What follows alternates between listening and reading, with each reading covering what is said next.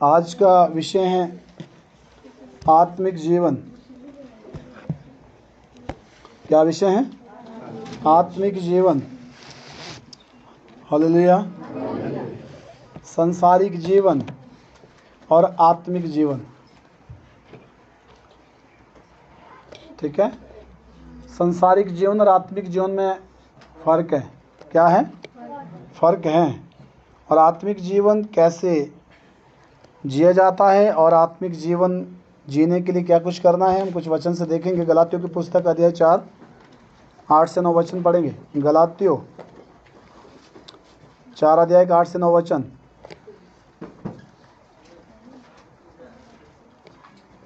गलातियों 4 8 से 9। जोर से पढ़ना यहाँ के। पहले तो तुम परमेश्वर को न जानकर उनके दास थे, जो स्वभाव से परमेश्वर नहीं। हालेलुया।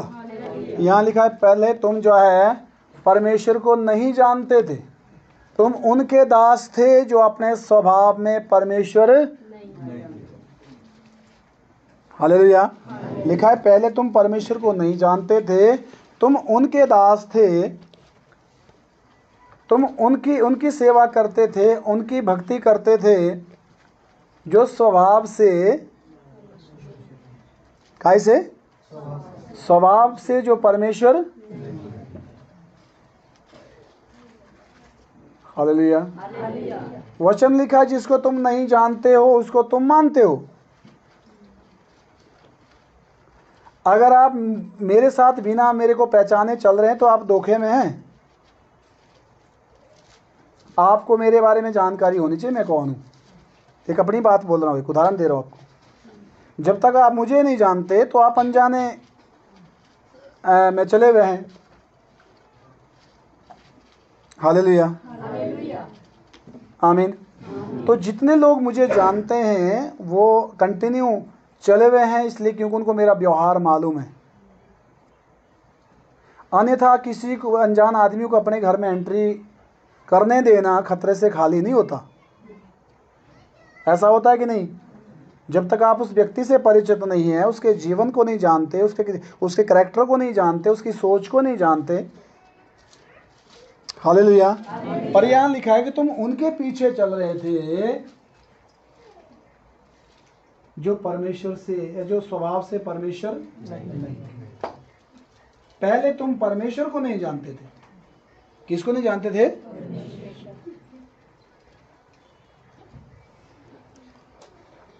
हालेलुया। हर जिसके ऊपर आप विश्वास करते हैं उसकी जीवनी का भी आपको मालूम होना चाहिए। आप यीशु पे भरोसा करते हैं तो आपको यीशु मसीह का कैरेक्टर मालूम होना चाहिए। आपको यीशु मसीह के बारे में पता होना चाहिए। यीशु मसीह के अंदर क्या क्या गुण हैं। क्या आप यीशु को जानते हैं? केवल उसका नाम ही जानते हैं। अगर केवल उसके नाम को जानते, उसको काम को नहीं जानते उसके, तो वो गलत है। हालेलुया। उसके जीवन शैली को जानना, परमेश्वर के जीवन की स्टडी करना, उसके बारे में समझना। हालेलुया। ये ज़रूरी है। कुछ लोग केवल विश्वास किए हुए कि यीशु प्रभु है। बाइबल में लिखा है दुष्ट आत्मा भी ऐसा विश्वास करती है और थरथराती है। यदि तुम ऐसा विश्वास करते कि एक ही प्रभु है, तो लिखा है कि दुष्ट आत्मा भी ऐसा विश्वास करती है। उसको भी मालूम है कि यीशु प्रभु है, पर थरथराती है उससे वो। हालेलुया। यीशु को जानना है। यीशु को जानना ज़रूरी है। मानने वाले बहुत मिलेंगे,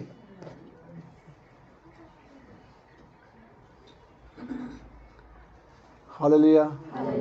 मुझे बहुत लोग मानते हैं कि योगराज बडियारा में पास्टर है, पर मुझे जानते बड़े कम लोग हैं। मानने में क्या जाता है? आदमी को जानकारी होनी चाहिए उस व्यक्ति के बारे में जिसके साथ आप जुड़े हैं, और यीशु मसीह के बारे में भी आपको पूर्ण जानकारी होनी चाहिए। मैंने देखा है लोगों के पास हीरो की जानकारी है, फिल्मों की पूरी हिस्ट्री की जानकारी है, और नाटक की जानकारी है, हालेलुया, और फेसबुक की जानकारी है, व्हाट्सएप की जानकारी है, इंस्टाग्राम की जानकारी है, बहुत और भी कई ऐप हैं, उनकी जानकारी है। कि आपको प्रभु की जानकारी है? अगर नहीं है तो आप धोखे में। हालेलुया। घरों में हीरोइन के फोटो मिलेंगे, क्योंकि आदमी तो वही लगाएगा जिसको पसंद करेगा। किसी के घर में वचन नहीं मिलेंगे, घर में वचन नहीं मिलेंगे। पर यहाँ क्या लिखा है कि तुम पहले परमेश्वर को नहीं जानते थे, तुम उनके दास थे जो स्वभाव में परमेश्वर नहीं थे।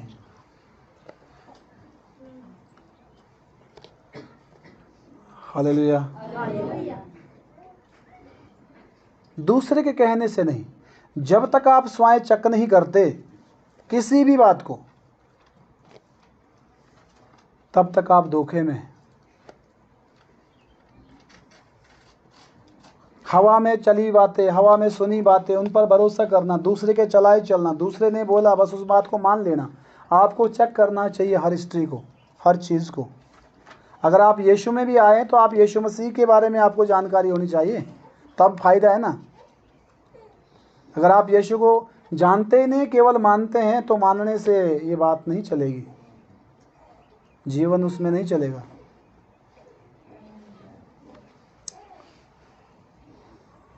हालेलुया। आगे क्या लिखा है? पर अब जो तुमने परमेश्वर को पहचान लिया, लिखा है अब तुमने परमेश्वर को पहचान लिया। अब तुमने परमेश्वर को आपका जो विचारधारा है वो तर्कशील होनी चाहिए। कैसी होनी चाहिए? तर्क होना जरूरी है।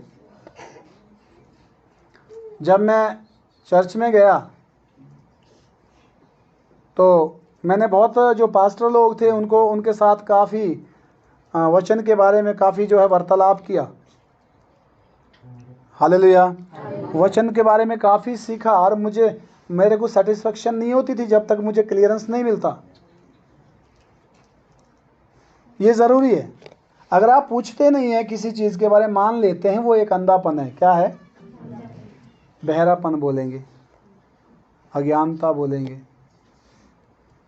दूसरे ने कह दिया और मान गए। आज ऐसे लोग हैं, कुछ पास्टर बोलेगा मान जाएंगे। क्यों मानेंगे भाई? पूछो उससे, उसकी फाउंडेशन चेक करो, वो कहाँ से बोल रहा है, क्यों बोल रहा है, उसके पीछे मकसद क्या है।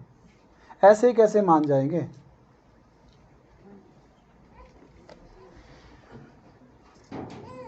हालेलुया। जोर से बोले हालेलुया। क्या ऐसे मान लेना चाहिए? क्या बिना चेक किए बात मान लेनी चाहिए कि जी ठीक है जी, उसने बोला मैं ट्रेनिंग करके आया हूँ, मैं पास्टर हूँ, मैं इतना जानता हूँ, मान जाओगे? उससे क्या फ़र्क पड़ता है? या जिसने बाइबल उठाई प्रचार करना शुरू कर दिया, मान जाओगे? और इसी तरह, और उसने बोला कि ये वाला देवता, ये वाला भगवान, या ये वाला ईश्वर है, मान जाओगे? आपको लगना चाहिए ना, आपको खुद स्वयं लगना चाहिए। दुनिया में दुनिया भर के ईश्वर है, आप किसको मानेंगे? आज आदमी को समझ नहीं आता। पर यीशु ने कहा है मार्ग में हूँ। क्या कहा है? मार्ग में हूँ, पर सत्य मैं हूँ और जीवन। तो उसने कहा मार्ग में, सत्य में, जीवन में हूँ, तो जब उसने बोला है तो उसको भी तो जानिए। हालेलुया। लिखा है पहले तुम नहीं जानते थे परमेश्वर को, इसलिए उनके पीछे लग गए जो स्वभाव से परमेश्वर थे नहीं। आज तुमने परमेश्वर को जान लिया, आज तुमने परमेश्वर को पहचान लिया। क्या सच में पहचान लिया? हाँ जी। सिर्फ चमत्कारों से? चमत्कार तो जादू टोने वाले भी करते हैं। नहीं, सच्चाई है। केवल चमत्कार के से मानकर ही चलना ये भी एक अकलबंदी नहीं है। यीशु मसीह की जीवनी को पढ़ना है, उसको समझना है, हालेलुया, और उस चीज़ को अपनी लाइफ में, अपने जीवन में कंपेयर करना है। तब जाके लगता है कि आप सच में परमेश्वर की खोज में हैं। बाकी कुछ नहीं है नाश होने का दूसरा कारण। नाश होने का कारण एक ही, वो है अज्ञानता। वो क्या है? वो क्या है? वो क्या है?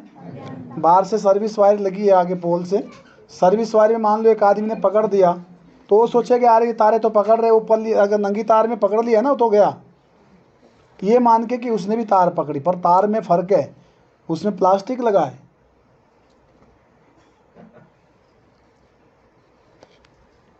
पहले जब लाइट आई थी ना, लाइट, तो जब किसी ने जलाई तो बुझाने लगे।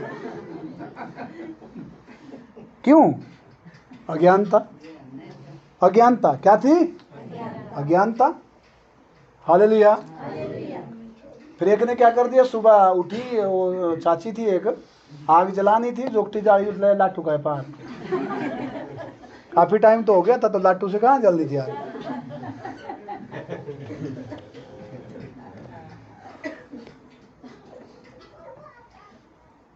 समझ आई बात? अज्ञानता क्या है? क्या है? क्या है? अज्ञानता। एक कहीं शहर में रहता था, उसने लाया रेडियो। क्या लाया?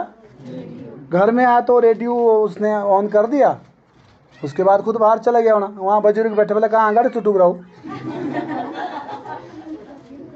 तो बोल बोल के तो थक गया, वो कहाँ से चुप होना था, वो तो बैंड से बंद करना था।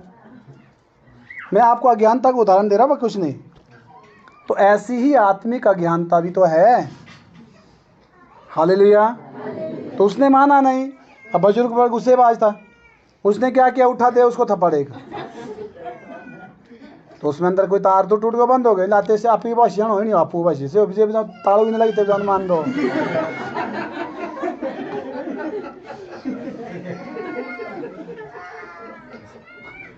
समझ आ रही बात?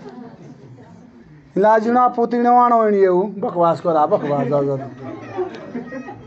केती बारे बोली वो चुटुक रहो, जब परे पहला इतना बड़ा चुटुक। हालेलुया। देखिए आज ये हंसी का विषय है, और किसी समय ये हकीकत बातें थी। हंसी का विषय क्यों बन गया? क्योंकि हमारा माइंड डेवलप कर गया, और हम जो है काफ़ी जानकारी हमको आगे, हमने ज्ञान आ गया इन चीज़ों के बारे में। हालेलुया। तो ये सारे ज्ञान की बात बता रहा हूँ मैं आपको। बाइबल का ज्ञान भी तो आपके लिए ज़रूरी है, और ये भी नहीं, यही ज़रूरी है। नहीं तो आपको शैतान आराम से आपको लंगड़ी लगा सकता है, वो आराम से आपको जो है बर्बाद कर सकता है, क्योंकि आपको तो मालूम नहीं है। हालेलुया। जब तक आप यीशु को नहीं जान सकते, तब तक आप शैतान को भी नहीं जान सकते। जब तक आपको प्रकाश का नॉलेज नहीं है, तब तक आपको अंधकार के बारे में भी नॉलेज। जब आपको पता ही नहीं कि प्रकाश कैसा होता है, ज्योति कैसी है, तो अंधकार के बारे में आप क्या बोलेंगे? आपके लिए सब बातें एक जैसी है। हालेलुया। जोर से बोले। समझ आ रही बात? तो इसलिए मानने से पहले जानना जो होता है। मानने से पहले क्या होता है? मानने से पहले क्या होता है?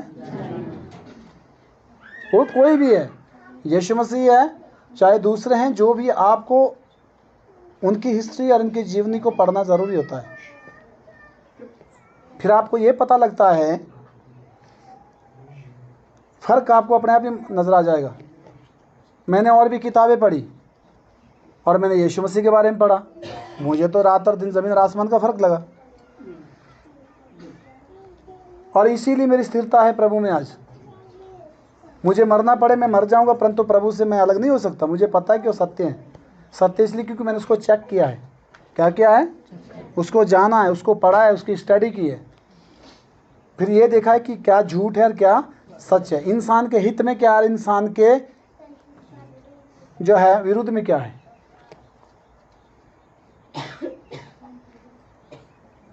हालेलुया। बलोग की बात बोल रहा था मैं आपको। क्या बोलता? बलोग नाम, बलग के बारे में। तो ये एक उदाहरण होते हैं हमारे मुंह के सामने। वहीं की बात नहीं है, दूसरी जगह की बात है। मसीह समाज में भी ऐसा हो रहा है। कोई भविष्यवाणी वाले आ गए, तेरा खेत इतने टाइम में छूटेगा, तेरा बच्चा इतने टाइम में बाहर आएगा जेल से, तो वह फलाना होगा। वो तो हुआ नहीं।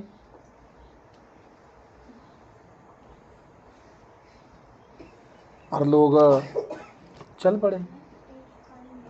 चले क्यों गए? क्योंकि ज्ञान की कमी थी। नहीं, ज्ञान की कमी थी ना। अब बाइबल में जो कुछ बताया है, हालेलुया, सब कुछ करने वाला प्रभु है। और बाइबल में लिखा है कि भविष्यवाणी को परखो। क्या लिखा है? भविष्यवाणी को परखो लिखा है, यूं ही नहीं। और फिर भविष्यवाणी के बारे में ये पता होना चाहिए कि भविष्यवाणी वचन से मेल खाती है या वचन से बाहर है। अगर वो वचन से बाहर है तो परमेश्वर की ओर से नहीं है, क्योंकि परमेश्वर कभी भी अपने वचन का कटाक्ष नहीं करता। आत्मिक जीवन की बात कर रहा हूँ। हालेलुया। पूरा हो गया बच्चे? आगे। वरन परमेश्वर ने तुमको पहचाना तो उन निर्बल और निकम्मी आदि शिक्षक की बातों की ओर क्यों फिरते हो। हालेलुया। लिखा, जब परमेश्वर ने तुमको पहचान लिया और तुमने परमेश्वर को जान लिया, तो अब उन निकामी और गलत बातों की ओर क्यों फिरते हो। हालेलुया। पूरा हो गया? हाँ जी। गलातियों 5:1 पढ़ेंगे।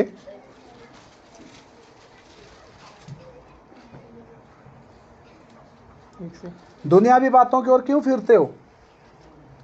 फिर से उसमें क्यों जाते हो जहां से परमेश्वर ने तुमको बाहर निकाला है, उसी सिस्टम में।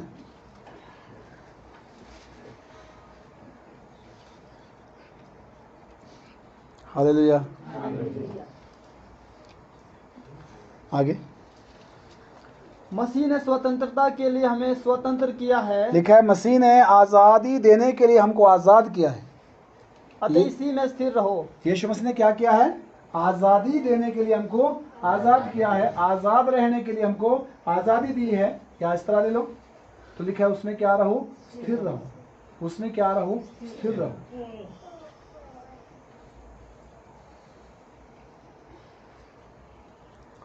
दुख सुख ये चलते हैं।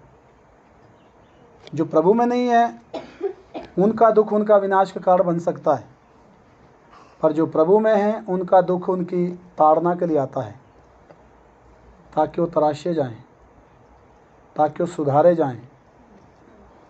हालेलुया। तो आदमी सोचता है उधर भी परेशानी थी, इधर भी हम उधर ही जाते हैं, पर ये नहीं है। देखिए, मार दो प्रकार की है। एक पिता की मार है, डांट है, और एक शत्रु की मार है। दोनों ही से पिटाई होती है, परंतु इसमें फ़र्क है। पिता डांटेगा, मारेगा सुधारने के लिए, परंतु शत्रु जब मारेगा ख़त्म करने के लिए। क्या दोनों मार को हम एक जैसी लेंगे? हाँ जी। हालेलुया। तो इसलिए लिखा है कि दुख को ताड़ना समझकर सह लो। समझ आना चाहिए आदमी को। आदमी जी और ऊपर को सुड़ने वाला है ना, वो ठीक नहीं है। वो बर्बादी में होते हैं। वो सोचते हैं कि हम चालाक है। वो चालाक नहीं है, वो बिल्कुल चालाक नहीं है। हालेलुया। आमीन। हो गया? और दास्तव के जुए में फिर से ना जूतो। लिखा है, दूसरी बार गुलामी के जुए में फिर मत जाओ। जुआ होता है शमाई, जो बैल के ऊपर पड़ता है कंट्रोल करने के लिए। दास्तव यानी कि गुलामी के जंजीरों में फिर से मत जकड़े जाओ। आज़ाद कर दिया ना एक बार, तो आज़ादी में रहो।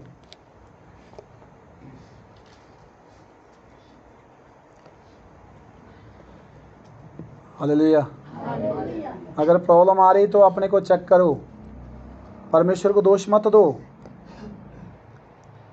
आमीन। आज लाइट नहीं है तो क्या करें हम?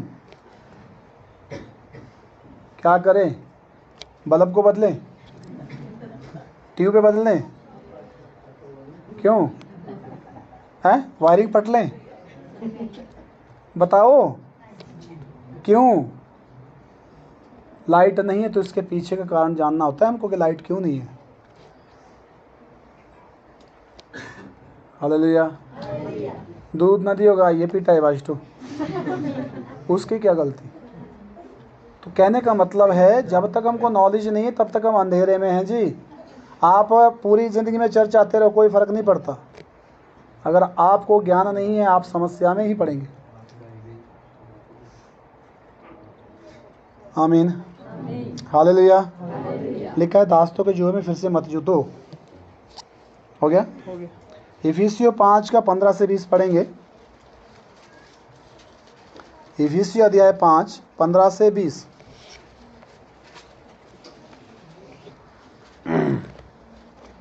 इसलिए ध्यान से देखो कि कैसी चाल चलते हो। इसलिए लिखा है ध्यान से देखो कैसी चाल चलते हो। इसलिए ध्यान से देखो कैसी चाल चलते हो। किसको देखो ध्यान से? अपने पड़ोसी को है, जिससे जिद है उसको?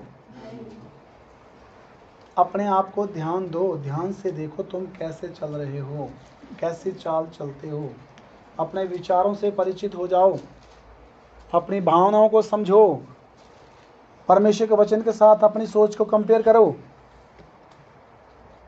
आगे निर्बुद्धि के समान नहीं पर बुद्धिमान के समान चलो। लिखा है निर्बुद्धियों के समान मत चलो पर बुद्धिमान के समान चलो।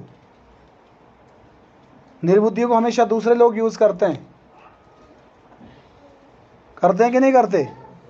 बड़े आसानी से यूज हो जाते हो लोग। थोड़े जाए पोगड़ा रहे मुंडे मत देने, फिर उनको ये भी नहीं पता होता कि इसमें मेरा लॉस है या प्रॉफिट है। लिखा निर्बुद्धियों के समान नहीं, बुद्धिमान के साथ चलो। आगे अवसर को बहुमूल्य समझो। लिखा है मौके को जो है कीमती समझो। अवसर को क्या समझो? बहुमूल्य समझो। आगे क्योंकि दिन बुरे हैं। लिखा है दिन बुरे हैं। और इस कारण निर्बुद्धि ना हो पर ध्यान से समझो कि प्रभु की इच्छा क्या है। लिखा है निर्बुद्धि मत बनो, ध्यान से समझो कि परमेश्वर की इच्छा तुम्हारे लिए क्या है। 20 तक है। दाखरस से मत वाले ना बनो। हाँ, फिर से आया कि शराब से नशेड़ी मत बनो। पीछे भी था ये विषय। नशा एक शराब का ही नहीं है। आजकल बुरे बुरे नशे हैं। आप आजकल इंजेक्शन लगा रहे हैं, हर कुछ गंद खा रहे हैं, उसमें नशा ढूंढ रहे हैं। पीढ़ियाँ कहाँ जा रही है? शैतान पूरी तरह यूज़ कर रहा है, खासकर जवानों को। लड़की लड़के सारे नशे के चंगुल में फंस गए और उनका भविष्य पूरी तरह ख़त्म है। माँ बाप रो रहे हैं, वो नहीं चाहते कि बच्चे बर्बाद हो जाएं, पर क्या करें? क्योंकि इससे लूचपन होता है। इससे क्या होता है? लुचपन होता है। ये आत्मिक क्षेत्र के लिए हानिकारक है। इसलिए लिखा है नशे मत करो। नशे जुए का नशा है, शराब का नशा है, भांग का नशा है, बीड़ी सिगरेट का नशा है, कोई भी नशा है। इंजेक्शन करते हैं दूसरे, क्या क्या नशे हैं पता नहीं, मुझे नहीं पूरा याद नहीं है। हैं आजकल क्या क्या कर रहे हैं, वो चीटा है, क्या क्या नाम है पता नहीं, जो नाम कभी सुने नहीं थे वो नाम आ रहे सामने।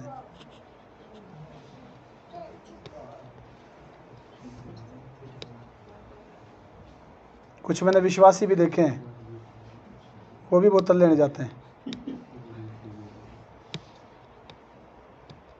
हाँ मैंने पींदे नहीं, मैं आना शुरू कर रखे। जब तुम्हें ना पींदे भाई पिला क्यों रहे? हालेलुया, आमीन। जो नशा करता है, करने वाले से करवाने वाला ज़्यादा गुनाहगार है। पता है आपको? करने वाला एक व्यक्ति की हानि करता है अपनी, और करवाने वाला समाज को भ्रष्ट करता है। काफ़ी लोगों को वो जो है एक गलत उदाहरण बनता है। मेरा विषय ये नहीं था पर इससे जुड़ गया इसलिए मैंने आपको बताया। हालेलुया। आगे चलें। पर आत्मा से परिपूर्ण होते जाओ। लिखा है आत्मा से भरते जाओ। कैसे भरते जाओ? आत्मा से। आजकल देखा है मैंने, लड़कियां रिश्ता करती है फिर ये भी नहीं देखती कि तू नशेड़ी है। वो कोई भी है, नशेड़ी से शादी नहीं करनी चाहिए, सीधी बात, क्योंकि संकट में पड़ेंगे बच्चे आगे के लिए। हालेलुया। पहले चेक करना होता है प्रभु में अगर कोई व्यक्ति है तो सुकून वही है। वहाँ भी बड़े मुश्किल से एडजस्टमेंट करनी पड़ती है, क्योंकि विचार मेल नहीं खाते बहुत बारी, ये समस्या रहती है।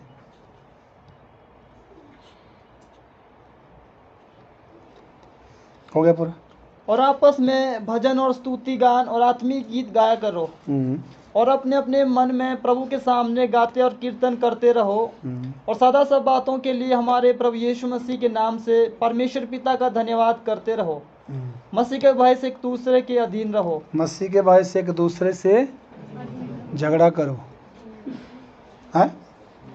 नफरत करो, हैं? क्या लिखा है? मसीह के भय से एक दूसरे के अधीन रहो, एक दूसरे के। किसी ने दो बोली बोल दी, कोई बात नहीं, आप एक में संतुष्ट रहो। ज़्यादा बोलने वाला मूर्ख होता है, बाइबल में लिखा है। तेरे वचन थोड़े ही हो, लिखा है, परमेश्वर स्वर्ग में तो धरती पर है। कोई दबना नहीं चाहता, पर मैं कहता हूँ जो दबेगा वही तो अंकुरित होगा, नहीं होगा? जिस बीज को दबाया जाएगा वही तो अंकुरित होगा और वो फसल लेकर आएगा। हालेलुया। हो गया पूरा। सेकंड लास्ट वचन इफिसियों 4 का 29 से 32 तक। इफिसियों अध्याय 4 29 से 32। कोई गंदी बात तुम्हारे मुंह से ना निकले, लिखा है कोई भी गंदी बात तुम्हारे मुंह से ना निकले, पर आवश्यकता के अनुसार वही निकले जो उन्नति के लिए उत्तम हो। लिखा है आवश्यकता के अनुसार तुम्हारे मुंह से वही बात निकले जो दूसरे की तरक्की के लिए भली हो, उन्नति के लिए उत्तम हो, जिसमें दूसरे की भलाई हो। ऐसा नहीं सिर्फ अपना काम सुधारे, दूसरा गया गड्ढे में, ये अच्छी बात नहीं है। दूसरे का हित भी देखना है, वो भी आपकी तरह मनुष्य है, उसको भी दर्द होता है, उसका भी जीवन है। सेल्फिश नहीं होना चाहिए मसीह लोगों को। आगे, ताकि उससे सुनने वालों पर अनुग्रह हो, ताकि उससे सुनने वाले पर अनुग्रह हो, सुनने वाला उससे संतुष्ट हो जाए और उसका फायदा हो। आगे, परमेश्वर के पवित्र आत्मा को शोकित मत करो। लिखा है परमेश्वर की पवित्र शक्ति को, पवित्र आत्मा को दुख मत दो। वो दुखी होता है परमेश्वर हमारे जीवन को देखकर, शोकित मत करो, लिखा है। आगे, जिससे तुम पर छुटकारे के दिन के लिए छाप दी गई है, जिससे तुम पर छुटकारे के दिन के लिए क्या दी गई है? छाप दी गई है। सब प्रकार के कड़वाहट और प्रकोप और क्रोध और कलह और निंदा और सब बैरभाव समेत तुमसे दूर की जाए। क्या क्या की जाए? सब प्रकार के कड़वाहट, कड़वाहट समझते हैं? दिल में नफरत, एक कड़वाहट सी है। सब प्रकार की कड़वाहट किसी के लिए भी नहीं रखना है। आदमी कब अपने कर्म है सब प्रभु को जवाब देंगे, कोई नहीं बचने वाला। हालेलुया। किसी के लिए अपने अंदर कड़वाहट रखने की जरूरत नहीं है। ठीक है, सब प्रकार की कड़वाहट। आगे, प्रकोप गुस्सा। आगे, और क्रोध। हाँ, क्रोध। प्रकोप और क्रोध में ये क्रोध थोड़ा निचले स्टेप का है और प्रकोप ऊपर स्टेप का है। आगे, और कलेश। आगे, और निंदा सब बैरभाव समेत तुमसे दूर की जाए। बैर भाव समेत तुमसे क्या की जाए? बैर, झगड़े, ये सारी चीजें, नफरत दूर किए जाए। सुनने में आसान लग रही है, हाँ दूर किए जाए। क्या दूर किए जाए? ये लेना माफा कर दो, बाकी करो सारे काम। बाकी कहा सारे करता हूँ तो पहला काम हो, पहला ही काम है जो क्षमा करना है, बाकी काम बाद में। तो कहने का आदमी का मतलब बात कराओ सारा पास्टर जी, सिर्फ एक काम दो मुझे कहा मुझे ना माफा दो। अरे से तो पहला काम है, पहला काम तो वही है, बाकी क्या करना, बाकी तो आगे वाले पॉइंट है। हालेलुया, आमीन। ठीक है, पहला काम वही है जो आपसे हो नहीं रहा है। पहला काम क्या है? जो आपसे हो नहीं रहा है। हालेलुया। मान लो अगर आपसे बाहर गेट नहीं खुल रहा है, आप बोलेंगे अरे गेट न खुल, तो सिर्फ दार खुला बात है, ये ना कहने का मतलब। तो आप गेट ही नहीं खोल पा रहे तो दरवाजे तक तो आप पहुंचेंगे नहीं।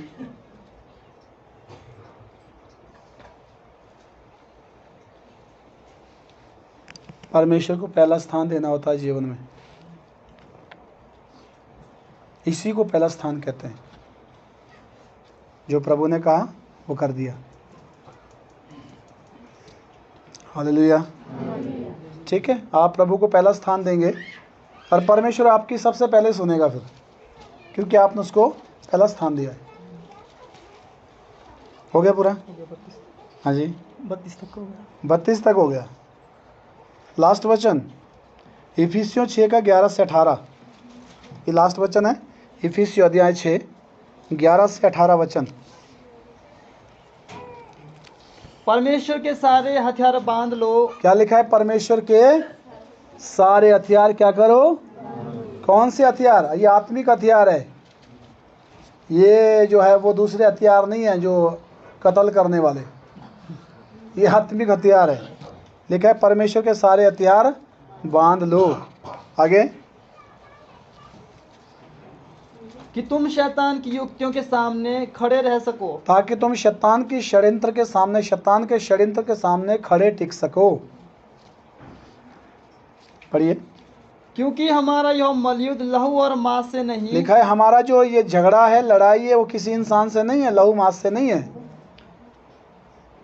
परंतु प्रधानों से है। लिखा है प्रधानों से, और अधिकारियों से, अधिकारियों से, और इस संसार के अंधकार के हाकिमों से, संसार के अंधकार के जो हाकिमों से, और उस दुष्टता की आत्मिक सेनाओं से दुष्ट है, की आत्मिक सेनाओं से हैं, जो आकाश में है। जो आकाश में रहती है। उनसे है आपका झगड़ा। आत्मिक लड़ाई आत्माओं से है आपका झगड़ा, बुरी आत्माओं से, दुष्ट आत्माओं से। हालेलुया। किसी मनुष्य से नहीं है। इसलिए आगे बढ़िए। इसलिए परमेश्वर के सारे हथियार बांध लो। इसलिए परमेश्वर के सारे हथियार बांध लो, कि तुम बुरे दिन में सामना कर सको, ताकि तुम बुरे दिन में उसका सामना कर सको, और सब कुछ पूरा करके स्थिर रह सको। सारा कुछ पूरा करके तुम खड़े रह सको आत्मिकता में। इसलिए सत्य से अपनी कमर कस हाँ, इसलिए देखो बाबा, तुमको हथियार बताया जा रहा है। हथियार क्या है? पहले लिखा है कि सच्चाई से अपनी कमर कस लो, सच बोलो। सच कितना भी जो है कड़वा है, पर सच बोलो, सच ही बोलो। आपको लगता है कि मेरा नुकसान हो रहा है, कोई बात नहीं, वही आपकी परख है। अगर आप सच बोलने से आप नुकसान उठाते तो आप धन्य हो। सत्य से अपनी कमर कस लो, नंबर 1। आगे, और धार्मिकता की जिलम पहनकर। हाँ, धर्म के काम करो, सुलटे काम, अच्छे काम। और पाँव में मेल के सुसमाचार की तैयारी के जूते हाँ, पहनकर। पाँव में मेल मिलाप की सुसमाचार की तैयारी के जूते पहनो। सबसे मेल मिलाप रखो, किसी को दुश्मन शत्रु मान के मत चलो। हालेलुया। जरा कभी देखो तो करके ये काम। मेरा कोई दुश्मन नहीं आज की डेट में। मैं सबके गले लगने के लिए बिल्कुल तैयार हूँ। मुझे ये चीज़ कठिन नहीं लगती, क्योंकि पहले तो बहुत कठिन लगती थी। सिर्फ आदमी दिशा तो भी थ्रल में तकलीफ आ थी, फिर मैं कल दिश दो ले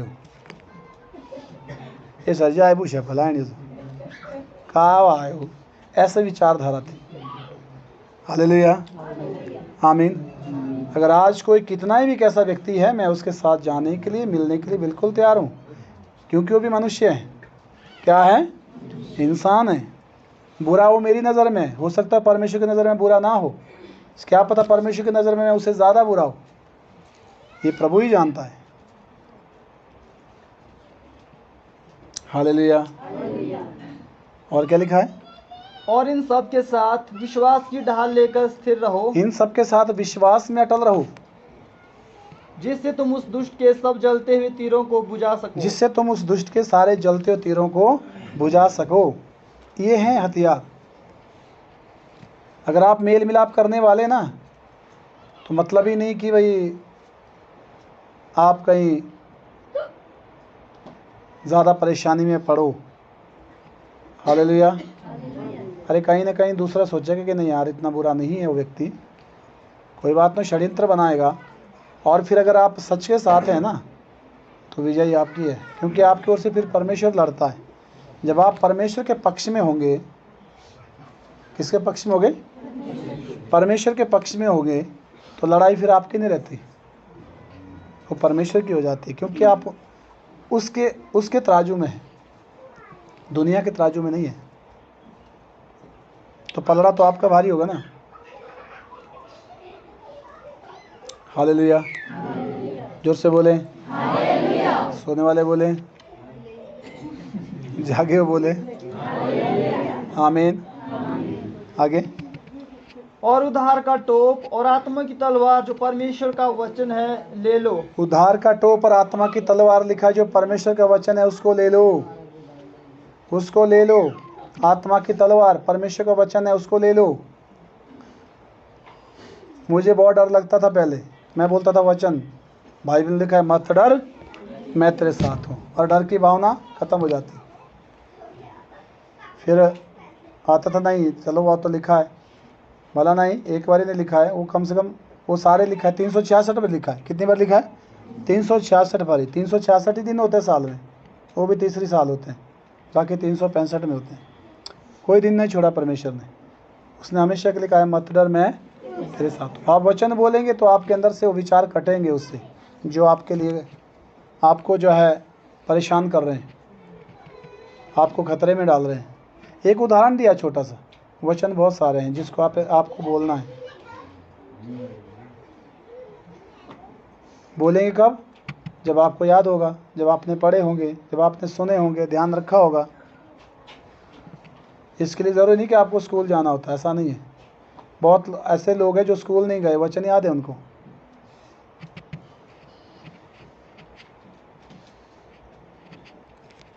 हालेलुया, आमीन।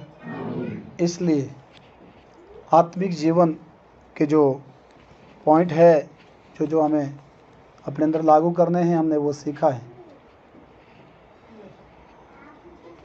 हालेलुया। आत्मिकता में चलने के लिए हमको संसारिक भावना, शारीरिक भावना से दूर होना पड़ता है। वो तब लगता है कि हम घाटे में, पर हम घाटे में नहीं होते, हम आशीषित होते हैं। हालेलुया, आमीन। जब तक कुछ खोएंगे नहीं तब तक कुछ पाएंगे नहीं। हालेलुया। इसलिए अपनी शारीरिक भावनाएं, संसारिक सिस्टम, इसको दूर करके आत्मिक स्वभाव को ले लो, और उसमें आपके जीवन से परमेश्वर कार्य करेगा। हालेलुया। अगर आप दूसरे की तरह बनेंगे तो फिर आप में दूसरे में क्या फ़र्क है? तो जैसा वो है वैसे ही आप हैं, आपको उससे हटके होना है। परे वाला अगर गाली दे रहा है, अगर आप भी गाली दे रहे, नहीं उसने 4 दी मैंने 2 दी तो दी ना, तो 2 4 का क्या मतलब है? मुंह तो दोनों के यूज़ हुए हैं गंदे उसके लिए, बात के लिए। तो इसलिए अच्छा है कि अपना जीवन हटके जिएं और परमेश्वर के वचन के अनुसार जिएं।